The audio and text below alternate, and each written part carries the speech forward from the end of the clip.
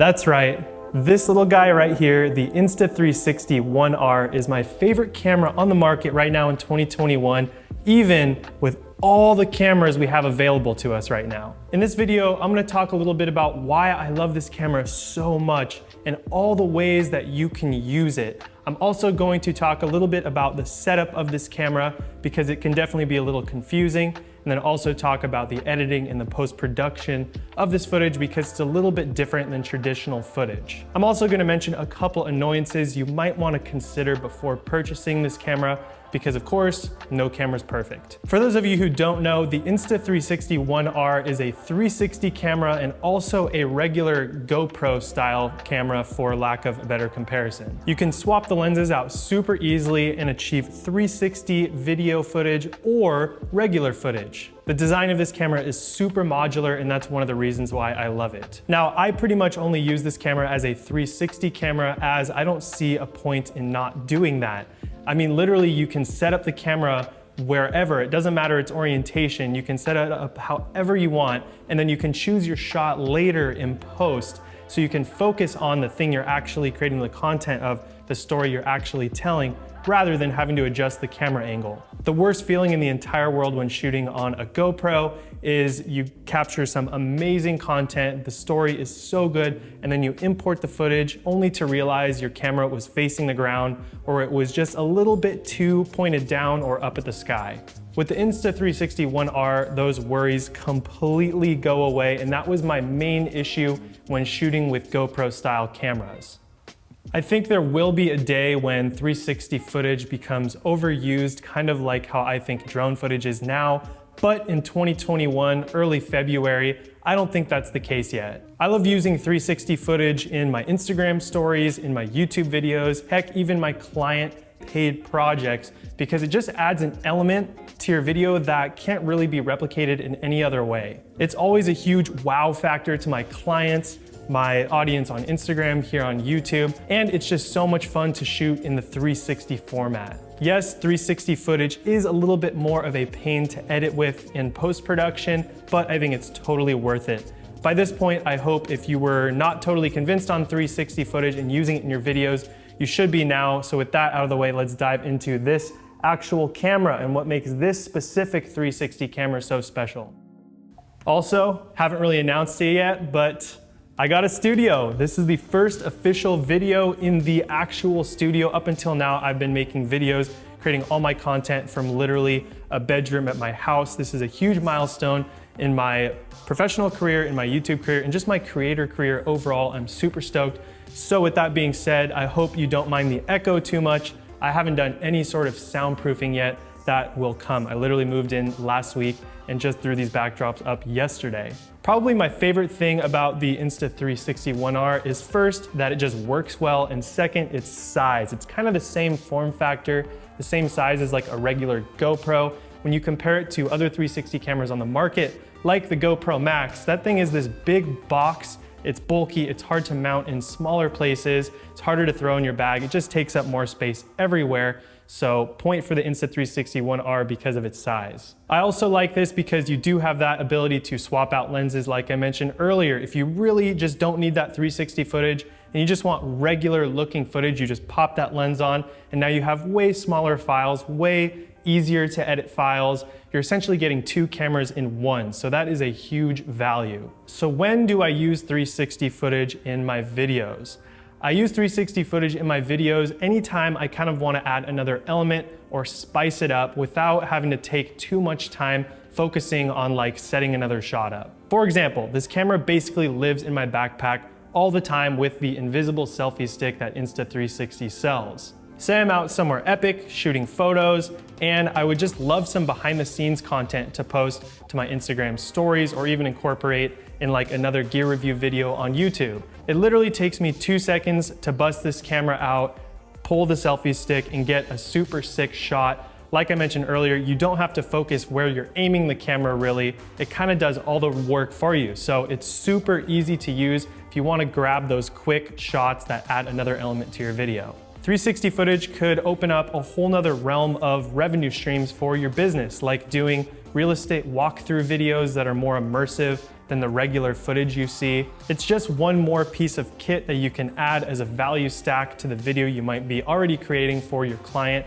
And I gotta say, my clients love 360 footage. They're always blown away, and it kind of just doesn't make sense to them, even though it's not that hard to shoot. But my overall favorite, hands down use for the Insta360 ONE is grabbing behind the scenes footage. Like I mentioned earlier, I'll just set up the invisible selfie stick, which literally their software completely removes the stick in real time. You don't have to do anything, it does it automatically. Or I'll rig it up onto my A7S III. I'll mount it on the cage using a small rig arm. And it's just an awesome way for me to personally look back at my shoots, realize what I can do to improve, or if something significant happens, I'll share that on my Instagram stories or incorporate it into a YouTube video.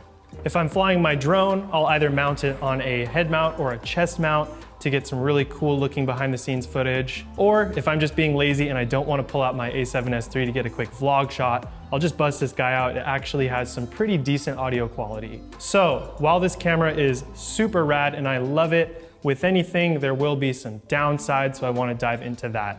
First, the footage is kind of a pain to work with. Every update they release makes it a little bit easier. 360 footage has come a long way in terms of editing, but it's definitely more difficult and more time consuming to edit than regular footage.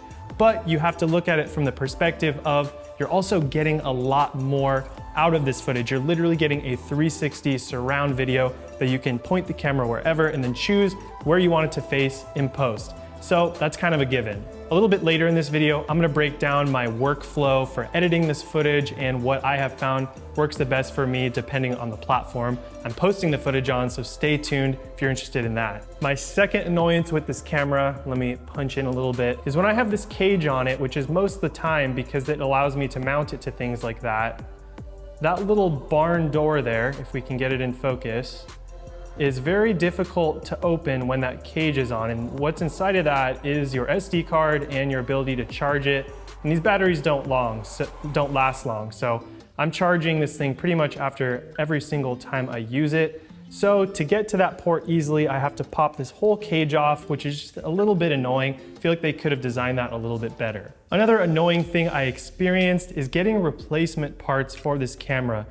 Insta360 is based in China, so for me being based in the US, I needed to order this little tiny piece here that allows me to connect, I think it's quarter inch or maybe 1/8 screws, things to it. And to replace this one little part here, I had to buy an entire cage for $20. Not the end of the world, but that part was like $2 or $3 on Insta360's website. When I went to buy it, they quoted me over $20 just for shipping, so it ended up just being cheaper to buy the cage. My final annoyance is that the LCD touchscreen is very small and it's not super sensitive. So when you're out on the go, you're on the field, you're trying to move quick and you're trying to adjust the settings fast, usually that just doesn't work out very well, at least for me. Given I can't really complain because it is so tiny, I don't really know how that problem would be fixed. I'm sure you can do that in the app. I haven't tried it because that's one more step I have to do, connect my phone to the Bluetooth while I'm out there shooting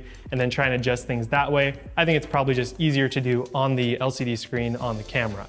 Now I want to dive into actually using this thing, actually shooting and achieving cool footage with it and then editing that footage. All right, so I'm not gonna dive into the settings and the setup of this camera too much, as there's already a million videos on YouTube that explain that. I wanna show you my personal settings. So first of all, turn the camera on, press that button on the top real hard. That's another thing I should mention that's kind of an annoyance, are these buttons are pretty hard to press. If you don't press them hard enough, sometimes they will not trigger and you will miss your shot. I've had that happen. So you really have to press down on those. So here's kind of what our shot looks like. We can use our thumb here to move the screen around. There I am, we're nice and blown out. Uh-oh, see what I mean by it's kind of hard to navigate with your thumb. There it is, messed it up yet again. We're gonna go down to the bottom right corner where it shows our frame rate and our resolution. Right now I'm at 5.7K, which is the highest resolution possible, filming at 24 frames. I could bump that up to 25 or 30 right here without having to go into slow motion, which this camera does, but for the most part, I don't really shoot slow motion, I just shoot in 24 frames. Now, If we drag down, here's our main settings menu. Not gonna go too into that. Wind noise reduction. Sometimes I'll turn that on if I'm outside and it's windy and I'm vlogging, and it actually cuts down the wind quite a bit. So you might wanna check that out. Video encoding, oops. I have set to H.265. I just find it to be a better and more high resolution codec, better for my personal uses because I have a fast computer, but if you have a slow computer, you might wanna leave that on H.264. So now if you swipe left on the screen, you're gonna get access to more camera controls. I hate to say it, but I pretty much run this thing on auto most of the time because for my use, I want to bust this thing out as quick as possible and get a quick, cool shot that's not completely perfect. The 360 footage in itself already is kind of a wow factor. So at least what I've seen is people overlook maybe a slightly exposed or underexposed image, or maybe a white balance that's a little bit off. The camera just went into sleep mode, so you just tap the on button and it comes back. But if you did want to rock manual controls, you switch that down to M from auto. I had it in auto, now we're in M, and you can control your shutter speed, you can control your white balance and your ISO. Whenever I do this using this camera, I seem to miss the shot. It's really hard to get it perfect since this is such a run and gun setup for me. So I just leave it in auto. And then if we go up here, we have the ability to shoot in log, turn that on or off, which is super cool. You will get a little bit more dynamic range and a lot more color grading abilities when you're shooting in log. I do normally shoot in log. Insta360 has LUTs for free that you can throw on the footage in post, whether on your computer or on your phone. So I do shoot in log, so we're gonna turn that on. All right, so now I wanna quickly talk about how I edit and post this footage. For a while, I bought this camera and then I used it a couple times and then I kind of stopped using it because I just didn't have a good workflow set up for actually implementing this footage in my videos. Since then, I figured out a much easier way, which I wanna break down here. So first, if I'm going to be using this footage for Instagram, my Instagram stories, something quick, I will always just go Bluetooth to my phone and edit it there. So let's dive into my phone. First, you gotta go in and you gotta set up your Wi-Fi. As you can see, I already have that dialed in. We're going to be using the Insta360 app. So once you pull that up and you're all connected to the Wi-Fi, I am going to go into the camera, just like that. Here's our live feed. Oh, turn the screen. I can control it on my phone. Yo, what's up guys? Pretty sick angle, right? I can flip it right around, controlling this completely on my phone, which is rad. But for editing footage we have already shot, we're gonna click that guy on the left. It's gonna pull up the footage in the camera. The first thing you're gonna wanna do is download that clip onto your phone so you can edit it the absolute quickest. So you're gonna click, nope, not that guy. You're gonna go down here on the bottom left and click download. So add it to the download queue. You're gonna see that's going to download the camera files. It's a 1.6 gigabyte file, so it is gonna take a little while. However, it's going decently fast. With this camera, another thing I wanna mention is I won't really just let it roll and roll and roll if I can control that, because these files are pretty gigantic. All right, so let's pretend that clip has already downloaded. Here's one of me snowboarding. You can do all kinds of stuff in this app, like change the ratio. We're in 16:9 now, we were in 9:16. All right, so let's go back to 9:16, which is gonna be your format for Instagram stories. So if you just tap it, it'll start playing. You can move it around using your finger, real time, super fun. It can track a subject. As you see, it's tracking me right now. I set that up earlier. Down here in your timeline, if you wanna add a keyframe, you're going to press the plus button. You can toggle between tiny planet. I like using this one a lot. Ultra wide, wide, linear, and then narrow. So you can change your field of view pretty easily, really quickly. So now, say I want it to switch between an angle on me and an angle on the mountain. So I have that keyframe set up right there. I hit play, okay, got that turn in. Now I'm gonna move it this way. I'm gonna hit that plus button. And I also want it to switch to wide from ultra wide. Now if I scrub back and I play it, it's gonna keyframe from me to the mountain to that keyframe. I have more setup as I've already edited this clip, but you can see the movement is changing as I've added those keyframes. It's really easy to do. Then when I want to export it, I hit that plus button, export reframed video. That's going to go ahead and export it to my camera roll, and then I can upload it to Instagram stories or wherever I want. I can click this color plus button, which is going to basically make it be more vibrant, or I can remove grain if I was filming at night or super early in the morning or indoors. But on that clip, didn't have to worry about grain. So now another really cool feature, and I use this one all the time, is let's add another keyframe, and then about halfway down the screen on the right, we're gonna hit that camera icon. And now we can literally move our phone around in real time, and it's gonna record those keyframes. So you're gonna hold that red button down with your thumb as you're moving your camera around, and it's gonna change that angle. Oh, look at that, I just crashed. Let's turn it towards me. Let's go back towards the mountain.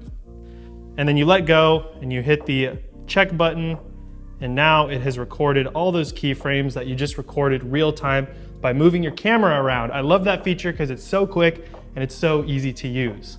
All right, so now what if I want to use this footage in a YouTube video, in a regular video that I will be using Final Cut Pro on my computer to edit? That's a little bit slower of a process. It's a different process. So now I'm gonna dive into my computer and show you how I do that. All right, so now I have Insta360 Studio 2021 open. If you don't have that, download it and then open it. This is the one clip that we shot over at the studio. Insta360 generates two clips per actual video clip. My guess is it's the one side and the other side, and then it gets stitched together in the software. Make sure that these two clips live in the same folder always. If you lose one of these clips, your 360 footage is not going to work. Drag either one of them in, and the first thing I'm gonna do when preparing this footage for a YouTube video, anything that's basically not being edited on my phone, anything I'm editing on my desktop. So the first thing I do is go to free capture. This is gonna enable me to move things around and keyframe things. Then the next thing I do is I add my first keyframe. That's gonna enable me to be able to change the field of view, do crazy stuff like this. This is the default view, I think they call it. And then this is like fisheye or wide or whatever. I like this one and the tiny planet. I kind of go back and forth between these. I think they're super interesting. But for now, I'm just gonna go with this kind of wide fisheye look here. So here's my first keyframe. I'm gonna let the video play a little bit. I'm just getting things set up. There we go. Okay, so now I'm gonna add another keyframe, and I'm gonna make a tiny planet keyframe there. So let's see, what looks kind of weird. That looks kind of interesting. I don't know, we're just messing around here. So now when I hit play, it's going to slowly transition from that wide angle to that tiny planet angle. And you can get crazy with this. You can mess with all the effects. But basically I'm just showing you really quickly how to run through the software. The main thing, if you're gonna take away, is that to change the angle, to change the effect that's being applied, you have to add a keyframe. You can't do it without adding a keyframe. And that took me the longest time.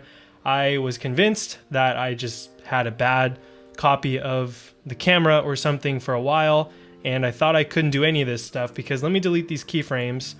There's no options anywhere to keyframe, to change the field of view. And then as soon as you hit that keyframe button, boom, you get all your options over here. So that took me forever to figure out. Don't be like past Connor. So now we're happy with this clip.